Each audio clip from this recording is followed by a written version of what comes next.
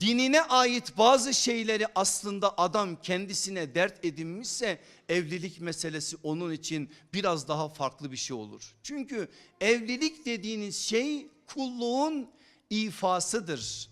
Allah Resulü sallallahu aleyhi ve sellem evliliği dinin yarısı görmüştür.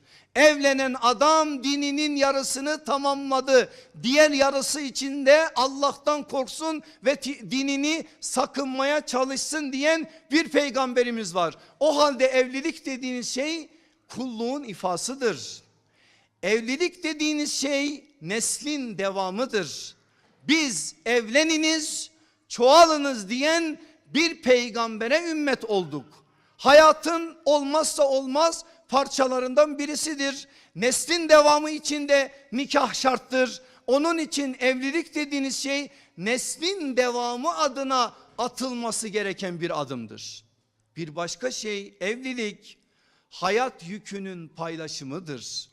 Hayat gerçekten ağır. İnanın ki çok ağır. Eğer siz hayatı Allah'ın istediği gibi yaşamaya çalışırsanız hayat bazen sizin ananızdan emdiğiniz sütü burnunuzdan getirir.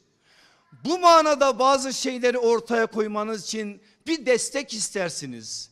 Yorulduğunuz zaman uzanacak bir el istersiniz. Daraldığınız zaman size nefes olacak bir Havva istersiniz, bir Adem istersiniz. İşte o anda aslında evlilik meselesinin nasıl yükü paylaştırma adına, hayat yükünü bölüştürme adına bir misyon taşıdığını da anlamış olursunuz.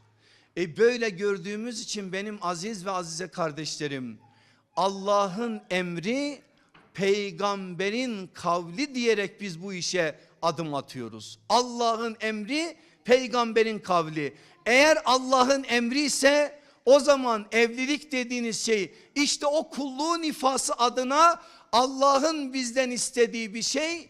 Eğer peygamberin kavli ise nikah benim sünnetimdir. Kim benim sünnetimden yüz çevirirse ben de ondan yüz çeviririm diyen peygamberin sözüne ve onun bizim önümüze koyduğu hayat tarzına ki biz ona sünnet diyoruz.